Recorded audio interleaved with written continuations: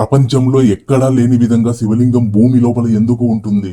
పైగా ఒకే లింగంలో బ్రహ్మ, విష్ణు, మహేశ్వరులు. ఈ అంతు చిక్కని త్రయంబకేశ్వర రహస్యం ఏంటో తెలుసా? కలియుగం అంతం కాబోతుందా? ఇక్కడి 3 లింగాలు రోజు రోజుకి కరిగిపోవడానికి కారణం ఏంటి? త్రయంబకేశ్వర వెనుక ఉన్న ఈ భయంకరమైన నిజం ఈ వీడియోలో. జ్యోతిర్లింగం అంటే అగ్ని స్తంభం కదా, మరి ఇక్కడ నీటి ఊట మధ్యలో ఎందుకు ఉంది? జ్యోతిర్లింగ చరిత్రకు ఈ త్రయంబకేశ్వర కథకు ఉన్న లింక్ ఏంటో తెలుసా? వజ్రాలు, వైడూర్యాలతో కూడిన పాండవుల కాలం నాటి కిరీటం ఇప్పటికీ ఇక్కడ శివుడికి పెడతారని మీకు తెలుసా?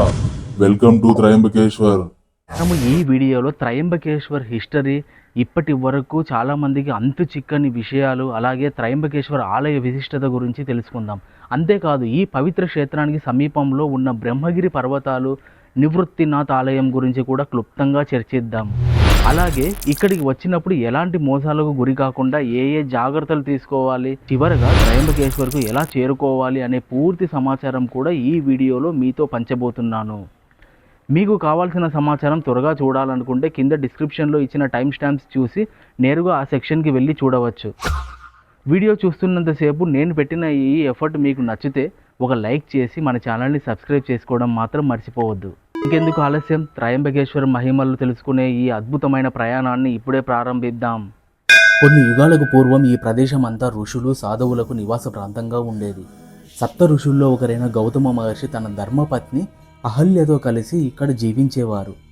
ఒకానొక సమయంలో ఈ ప్రదేశం కరువు కాటకాలతో అల్లాడింది. ఆ సమయంలో గౌతమ మహర్షి తన తపోశక్తిని ధారపోసి ఆ సరస్సును సృష్టించాడు. అహల్యతో పాటు మిగిలిన ఋషి పత్నులు ఆ సరస్సులోని నీటిని ఉపయోగించుకునేవారు. కానీ వారిలో గౌతమ మహర్షి పట్ల, అహల్య పట్ల అసూయ, ద్వేషాలు పెరిగి తమ భర్తలను కూడా అలాంటి సరస్సులను నిర్మించమని వారు పోరు పెట్టారు. అప్పుడు ఋషులందరూ కలిసి గణేశుడి గురించి తపస్సు చేసి ఆ ప్రత్యక్షమైన వినాయకుడు వరంగా ఏమి కావాలని అడగగా వారు గౌతమ మహర్షి వద్ద ఉన్న గోవు చనిపోయేటట్లు చేయమంటారు. అది పాపం అని చెప్పినా వారు వినకుండా అదే వరం కావాలని పట్టుబడతారు. దాంతో ఏమి చేయలేని స్థితిలో వినాయకుడు ఆ వరాన్ని ప్రసాదిస్తాడు. ఒకనాడు పంట చేలో మేస్తున్న ఆవును దర్భపుల్లతో అదిలించగా అది గాయపడి మరణిస్తుంది. ఇదే అదునుగా భావించి ఋషులందరూ గోహత్య మహాపాపమని ఈ ప్రదేశంలో గంగను పారేటట్లు చేస్తే ఆ హత్యకు పరిహారం అవుతుందని తెలుపుతారు. దాంతో గౌతముడు, అహల్య చాలా సంవత్సరాలు శివుని కోసం తపస్సు చేయగా పరమశివుడు బ్రహ్మ, విష్ణు, ఆది పరాశక్తులతో కలిసి ప్రత్యక్షమవుతాడు. ఏం వరం కావాలని అడగగా గంగను విడుదల చేయమని కోరతారు. అప్పుడు శివుడు తన జటాజూటం విసరగా అది వెళ్ళి బ్రహ్మగిరి పర్వతం మీద పడగా గంగా నది అక్కడి నుండి ప్రవహిస్తూ కిందికి వస్తుంది. దానినే గౌతమి లేదా గోదావరి అనే పేరుతో పిలుస్తారు. గౌతముని కోరిక మేరకు అక్కడ జ్యోతిర్లింగ రూపంలో కొలువు తీరుతాడు. అక్కడ శివుడు ఎలా కొలువు తీరాడంటే గౌతముని కోరిక మేరకు అక్కడే జ్యోతిర్లింగ రూపంలో కొలువు తీరుతాడు. ఈ ప్రదేశంలో శివుడు, బ్రహ్మ, విష్ణువు ముగ్గురు పానపట్టం లోపల 3 లింగాకారాల్లో ఉంటారు. అందువలనే దీనిని త్రయంబకం అంటారు. 12 జ్యోతిర్లింగాల్లో ఒకటిగా అత్యంత ప్రాముఖ్యాన్ని పొందిన ఈ మహాలింగం త్రయంబకం. త్రయంబకం అంటే త్రై అంటే 3, ముగ్గురు కలిసి ఉన్నారు కాబట్టి త్రయంబకేశ్వరం అంటారు. నేను ముందు వీడియోలో జ్యోతిర్లింగాల చరిత్రలో జ్యోతిర్లింగం అంటే ఒక కాంతి స్తంభం, దానికి ఆది అంతం ఉండదు, దాని ఆది అంతం బ్రహ్మ విష్ణువు కనుక్కోలేకపోయారు అనే దాని గురించి అయితే నేను స్టోరీ చెప్పాను. మరి జ్యోతిర్లింగ చరిత్ర ముందే ఏర్పడింటే మరి ఈ త్రయంబకేశ్వరం స్టోరీ ఎలా ఏర్పడింది, దానికి దీనికి ఉన్న అసలు సంబంధం ఏమిటి అని మీకు డౌట్ వచ్చే ఉంటుంది. జ్యోతిర్లింగ చరిత్ర అనేది శివుడి అనంతత్వానికి చెందినది. మరి ఈ త్రయంబకేశ్వర చరిత్ర అనేది భక్త రక్షణకు సంబంధించినది. దీనికి సమాధానం హిందూ పురాణాల్లో కాలచక్రం అనే అంశాల్లో ఉంటుంది. పురాణాల్లో జ్యోతిర్లింగం అంటే ఒక ప్రదేశం కాదు, అది శివుడి అనంతమైన శక్తి. సృష్టి ఆరంభంలోనే శివుడి జ్యోతి స్తంభంగా వెలిశాడు. కాంతి 64 చోట్ల భూమిని తాకింది. అందులో 12 మాత్రమే ఉత్తమమైనవి. అంటే మహర్షి తపస్సు చేసేటప్పటికీ అక్కడ అంతర్లీన శక్తిగా మనుషులకు కనిపించేలా లింగ రూపంలో ఆల్రెడీ ఉందని ఈ విషయాలు తెలియజేస్తున్నాయి. జ్యోతిర్లింగ శక్తి అగ్ని స్తంభంలా విశ్వమంతా వ్యాపించి ఉన్నాయి. ఆ శక్తిని సామాన్య మనుషులు చూడలేరు, తట్టుకోలేరు. త్రయంబకేశ్వర కథలో గౌతమ మహర్షి శివుడిని ప్రార్థించినప్పుడు శివుడు ప్రత్యక్షమయ్యాడు. గౌతమ మహర్షి మరియు గంగాదేవి కోరిక మేరకు అప్పటి వరకు జ్యోతి రూపంలో ఉన్న శివుడు భక్తుల సౌకర్యం కోసము భౌతికంగా అక్కడ లింగ రూపంలో శాశ్వతంగా ఉండిపోయాడు. అంటే ఆ శక్తి అప్పటికి అక్కడ ముందే ఉంది, కానీ గౌతమ మహర్షి వల్ల అది ఒక క్షేత్రంగా మారిపోయింది. ఇంకా చెప్పాలి అంటే లింగోద్భవ కథ ఇది సృష్టి ఆరంభంలో జరిగిన ఒక కాస్మిక్ ఈవెంట్. త్రయంబకేశ్వర కథ త్రేతాయుగంలో కానీ దానికంటే ముందు జరిగిన ఒక సంఘటన. అందుకే త్రయంబకేశ్వర్లో శివుడితో పాటు జ్యోతిర్లింగాలకు మూల కారణమైన బ్రహ్మ విష్ణువును కూడా తనలో కలుపుకొని త్రిమూర్తి అవతారంలో వెలిశాడు. ఇదే ఆ పాత కథకు కొత్త కథకు ఉన్న గొప్ప అనుబంధం. ఇప్పుడు అర్థమైంది అనుకుంటున్నాను. ఈ అంతు చిక్కని విషయం నేను మీకు తెలియజేయడానికైతే చాలా రీసెర్చ్ చేశాను. ఇప్పటి వరకు ఈ వీడియో మీకు నచ్చితే లైక్ చేయండి, ఛానల్ని సబ్స్క్రైబ్ చేసుకోండి. మిగతా 11 జ్యోతిర్లింగాలను కూడా కవర్ చేసి ఎవరికి అంతు చిక్కని విషయాలు కూడా మీకు పంచుతాను. ఇంకా కొన్ని అంతు చిక్కని విషయాలు మాట్లాడుకున్నాం కదా, వాటికి సమాధానాలు తెలుసుకుందాం. సాధారణంగా ఏ జ్యోతిర్లింగంలో అయినా శివుడు మాత్రమే పూజలు, కానీ త్రయంబకేశ్వర్ ప్రత్యేకత ఏమిటంటే జ్యోతిర్లింగ పుట్టుకకు కారణమైన బ్రహ్మ మరియు విష్ణువుల అంశాలు కూడా ఇక్కడ శివునితో కలిసి ఒకే లింగంలో ఉంటాయి. అంటే 3 చిన్న లింగాలుగా. అంటే మొదట్లో వివాదం జరిగిన త్రిమూర్తులు ఇక్కడ ఐక్యమై భక్తులకు దర్శనమిస్తారు. History number 1. లింగం భూమి లోపల ఎందుకుంది? సాధారణంగా శివలింగాలు పానపట్టంపై ఎత్తుగా ఉంటాయి, కానీ త్రయంబకేశ్వరంలో లింగం ఒక గుంట లోపల ఉంటుంది. ఆ గుంటలో 3 చిన్న లింగాలు బ్రహ్మ విష్ణు మహేశ్వరులు ఉంటారు. ఆ గుంట నుంచి నిరంతరం నీరు ఉబికి వస్తూనే ఉంటుంది. ఇది గంగా నది శివుని పాదాల చెంత నిరంతరం ఉంటుందని చెప్పడానికి నిదర్శనం. History number 2. కలియుగం అంతమవుతుందా? ఇక్కడ ఈ 3 చిన్న లింగాలు బ్రహ్మ విష్ణు శివ కాలక్రమేణా పరిమాణం తగ్గుతూ వస్తుంటాయి. పురాణ గాథ ప్రకారం ఈ లింగాలు పూర్తిగా అరిగిపోయిన రోజు కలియుగం అంతమవుతుందని స్థానిక నమ్మకం. ప్రకృతి వైపరీత్యాలు సంభవిస్తాయని భక్తులు భావిస్తారు. History number 3. The connection. జ్యోతిర్లింగ చరిత్ర విశ్వ స్థల పురాణం. దీని గురించి ఆల్రెడీ మనం మాట్లాడుకున్నాము. జ్యోతిర్లింగం అనేది సృష్టి ఆదిలో ఏర్పడిన అనంత కాంతి. త్రయంబకేశ్వర్ కథ అనేది ఆ కాంతిని భూమిపైకి రప్పించిన ప్రక్రియ.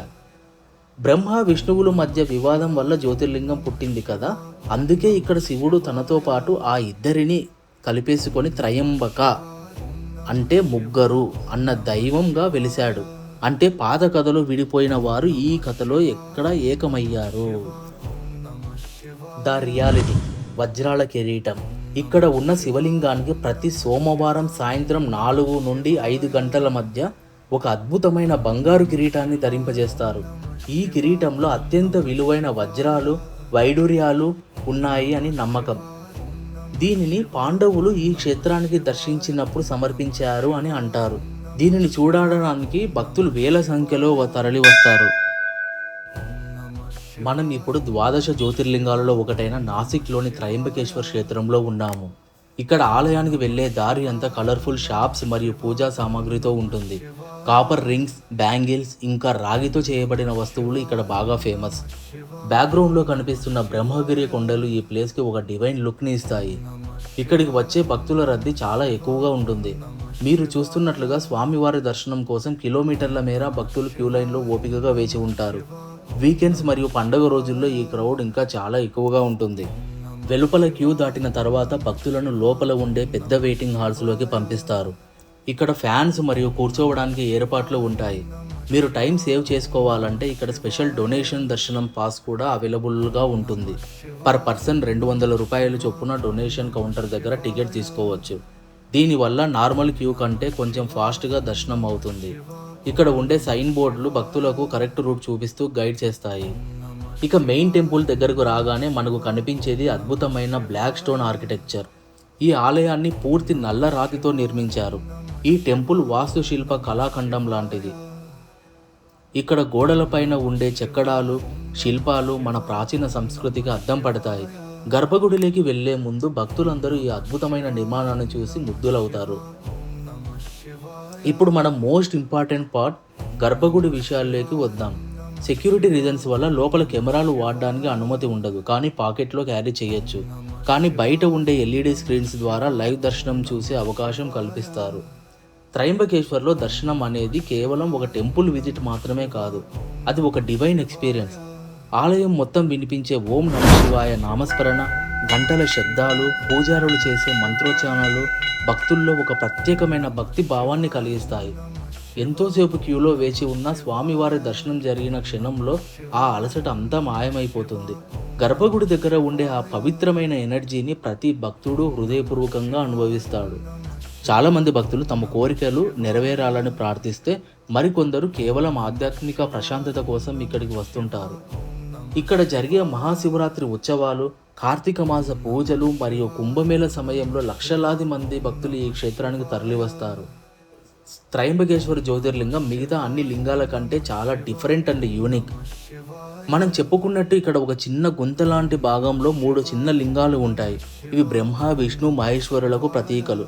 రోజు పూజారులు స్వామి వారికి ఎంతో నిష్టగా అభిషేకాలు, పూజలు చేస్తుంటారు. కొన్నిసార్లు లింగం చుట్టూ అందమైన పూల అలంకరణ, పైన వెండి కిరీటం భక్తులకు నయనానందకంగా కనిపిస్తాయి. ఈ త్రిమూర్తుల స్వరూపాన్ని దర్శించుకుంటే సర్వ పాపాలు తొలుగుతాయని భక్తుల నమ్మకం. ఇంకా బ్రహ్మగిరి గురించి చెప్పుకోవాలంటే నిజంగా సిటీ లైఫ్, ఆ ట్రాఫిక్, ఆ స్ట్రెస్ నుంచి ఒక పీస్ఫుల్ ఎస్కేప్ కావాలనుకుంటే బెస్ట్ ఆప్షన్ ఈ బ్రహ్మగిరి ట్రెక్. చుట్టూ కంటికి నిండుగా పచ్చదనం, ప్రశాంతమైన అట్మాస్ఫియర్. ఇక్కడికి రాగానే ఆ ఫ్రెష్ ఎయిర్కి మన మైండ్ మొత్తం రిలాక్స్ అయిపోతుంది. ట్రెక్ స్టార్టింగ్లోనే ఒక పాజిటివ్ వైబ్ స్టార్ట్ అవుతుంది. మొదట్లో నడక కొంచెం ఈజీగానే అనిపించినా ముందుకు వెళ్తున్న కొద్దీ స్టెప్స్, ఫైనల్గా కొండపైకి రీచ్ అయ్యాక అక్కడ ఉండే పీస్ అండ్ కామ్నెస్ మాటల్లో చెప్పలేం. ఒక రకమైన అచీవ్మెంట్ ఫీలింగ్ వస్తుంది. ఇక్కడ ఉన్న ల్యాండ్స్కేప్లో ఫోటోలు మరియు రీల్స్ కోసం పర్ఫెక్ట్ ఫ్రేమ్స్ దొరుకుతాయి. ప్రతి కార్నర్లోనూ ఒక బ్యూటిఫుల్ బ్యాక్డ్రాప్ కనిపిస్తుంది. ఈ నేచర్ బ్యూటీని, ఈ వైబ్స్ని ఎంతసేపు చూసినా అస్సలు బోరు కొట్టదు. త్రయంబకేశ్వర్ అనగానే మనకు జ్యోతిర్లింగం గుర్తొస్తుంది, కానీ దానికి చాలా దగ్గరలోనే ఉన్న మరొక పవిత్రమైన ప్రదేశం సంత్ నివృత్తినాథ్ మహారాజ్ ఆలయం. మహారాష్ట్ర భక్తి ఉద్యమంలో అత్యంత కీలకమైన నాథ్ పరంపరకు చెందిన గొప్ప సెయింట్ నివృత్తినాథ్. ఈయన ప్రసిద్ధ సంత్ జ్ఞానేశ్వర్ మహారాజుకి అన్నయ్య మరియు గురువు కూడా. ఈ ఆలయం ఉన్న చోటే నివృత్తినాథ్ మహారాజ్ సంజీవన్ సమాధి పొందారు. ఇక్కడికి రాగానే టెంపుల్ లోపల ఒక అద్భుతమైన ప్రశాంతత, డివైన్ వైబ్రేషన్స్ మనకు తెలుస్తాయి. చుట్టూ ఉన్న కొండల మధ్య ఈ టెంపుల్ అట్మాస్ఫియర్ చాలా పీస్ఫుల్గా ఉంటుంది. ముఖ్యంగా ప్రతి సంవత్సరం వచ్చే ఆషాఢ ఏకాదశి మరియు కార్తీక ఏకాదశి సమయాల్లో దేశం నలుమూలల నుంచి, ముఖ్యంగా వార్కరీ సంప్రదాయానికి చెందిన లక్షలాది మంది భక్తులు ఇక్కడికి కాలినడకన దిండి యాత్ర చేస్తూ వస్తారు. ఆ సమయంలో ఇక్కడ భజనలు, కీర్తనలతో వాతావరణం మొత్తం భక్తి రసంతో నిండిపోతుంది. ఓవరాల్గా 2 కవర్ చేయాలంటే ఎర్లీ మార్నింగ్ 5 కల్లా త్రయంబకేశ్వర్లో ఉండే విధంగా ప్లాన్ చేసి టెంపుల్ చూసి బ్రహ్మగిరి వెళ్తే బెస్ట్. మీ దగ్గర ఇంకా టైం ఉంటే 1 day Brahmagiri Nivruttinath temple, half day Trimbakeshwar and half day Nashik cover చేసుకోవచ్చు. ఇంకా త్రయంబకేశ్వర్ ఎలా చేరుకోవాలి? చాలామంది హైదరాబాద్ నుండి డైరెక్ట్ సోర్సెస్ చూస్తూ ఉంటారు. ఒకవేళ మీరు డైరెక్ట్గా రావాలి అనుకుంటే హైదరాబాద్ నుండి బస్సులు, ట్రైన్స్ మరియు ఫ్లైట్ ఆప్షన్స్ ఉన్నాయి. అయితే ఇక్కడ మీరు గుర్తుపెట్టుకోవాల్సిన మెయిన్ డీటెయిల్స్ ఏంటంటే, త్రయంబకేశ్వర్కి డైరెక్ట్ ట్రైన్స్ లేవు. అన్నిటికంటే దగ్గరలోని main railway station Nasik road. ఇది గుడికి దాదాపు 36 కిలోమీటర్ల దూరంలో ఉంటుంది. అక్కడ దిగి మీరు లోకల్ బస్ కానీ ట్యాక్సీలో కానీ గుడి దగ్గరికి చేరుకోవచ్చు. ఫ్లైట్లో రావాలనుకుంటే ఇక్కడ లోకల్గా నాసిక్ ఓజార్ ఎయిర్పోర్ట్ ఉంది. ఇది గుడికి 45 నుంచి 50 కిలోమీటర్ల దూరంలో ఉంటుంది. కానీ దీనికి ఫ్లైట్స్ లిమిటెడ్గా ఉంటాయి. అందుకే చాలామంది ఎక్కువ కనెక్టివిటీ ఉండే ముంబై ఇంటర్నేషనల్ ఎయిర్పోర్ట్కి వచ్చి అక్కడి నుండి రోడ్డు మార్గంలో లేదా ట్రైన్ మార్గంలో నాసిక్ వస్తూ ఉంటారు. నిజం చెప్పాలంటే త్రయంబకేశ్వర్కి మాత్రం సపరేట్గా ఎవరు ప్లాన్ చేయరు. ఫస్ట్ షిరిడీ ప్లాన్ చేసుకుంటారు. షిరిడీ బాబాని దర్శనం అయిపోయాక అక్కడి నుండి త్రయంబకేశ్వర్ వస్తారు. షిరిడీ నుండి ఇక్కడికి రావడానికి నెంబర్ ఆఫ్ షేరింగ్ ఆటోలు ఉంటాయి. ప్రైవేట్ ట్యాక్సీలు ఎప్పుడు అవైలబుల్గా ఉంటాయి. లేదు మేము సపరేట్గా కార్ రెంటల్ కావాలి అనుకుంటే దాదాపు 2000 రూపాయల వరకు ఛార్జ్ చేస్తారు. ఇంకా గుర్తుపెట్టుకోవాల్సిన విషయాలు ఏంటంటే, మీరు ఒకవేళ వీకెండ్లో వస్తే మాత్రం మినిమం 4 నుండి 5 గంటల టైం పడుతుంది దర్శనానికి. సో ఆ టైం మైండ్లో పెట్టుకొని ప్లాన్ చేసుకొని రండి. ఇక దర్శనం టికెట్ విషయానికి వస్తే, ఇక్కడ స్పెషల్ దర్శనాన్ని డొనేషన్ దర్శనం అంటారు. కార్ పార్కింగ్ దగ్గరే దీని కౌంటర్ కూడా ఉంటుంది. టికెట్ కాస్ట్ వచ్చేసి పర్ హెడ్ 200 రూపాయలు. ఫ్రీ దర్శనానికి మరియు ఈ 200 రూపాయల డొనేషన్ దర్శనానికి పెద్దగా తేడా అయితే నాకేమైతే అనిపించలేదు. మాస్ క్రౌడ్ ఉన్నప్పుడు మాత్రం 1 గంట అటో ఇటో సేవ్ అవుతుంది. త్రయంబకేశ్వర్ గుడితో పాటు దీనికి చాలా దగ్గరలో బ్రహ్మగిరి కొండలు, ఇక్కడే గోదావరి నది పుట్టింది, మరియు నివృత్తినాథ్ టెంపుల్లు ఉన్నాయి. ఇవి కాకుండా నాసిక్లో కూడా చాలా చూడాల్సిన ప్లేసెస్ అయితే ఉన్నాయి. సో కంగారు హడావుడి లేకుండా ఇవన్నీ ప్రశాంతంగా కవర్ చేయాలి అంటే మినిమం 2 రోజులైనా పడుతుంది. నాసిక్లో ఉన్న మిగతా ప్లేసెస్ అన్నిటినీ మనం ఇంకో సపరేట్ వీడియోలో క్లియర్గా కవర్ చేసుకుందాం. ఈ ఒక్క వీడియోలో త్రయంబకేశ్వర్ కవర్ చేశాను కదా. మన నెక్స్ట్ వీడియోలో ఔరంగాబాద్ దగ్గర ఉన్న ఇంకొక పవర్ఫుల్ జ్యోతిర్లింగం గ్రిష్ణేశ్వర్ గురించి కంప్లీట్గా తెలుసుకుందాం. So stay tune. వెయిట్ ఛానల్ని సబ్స్క్రైబ్ చేసుకోవడం మర్చిపోవద్దు.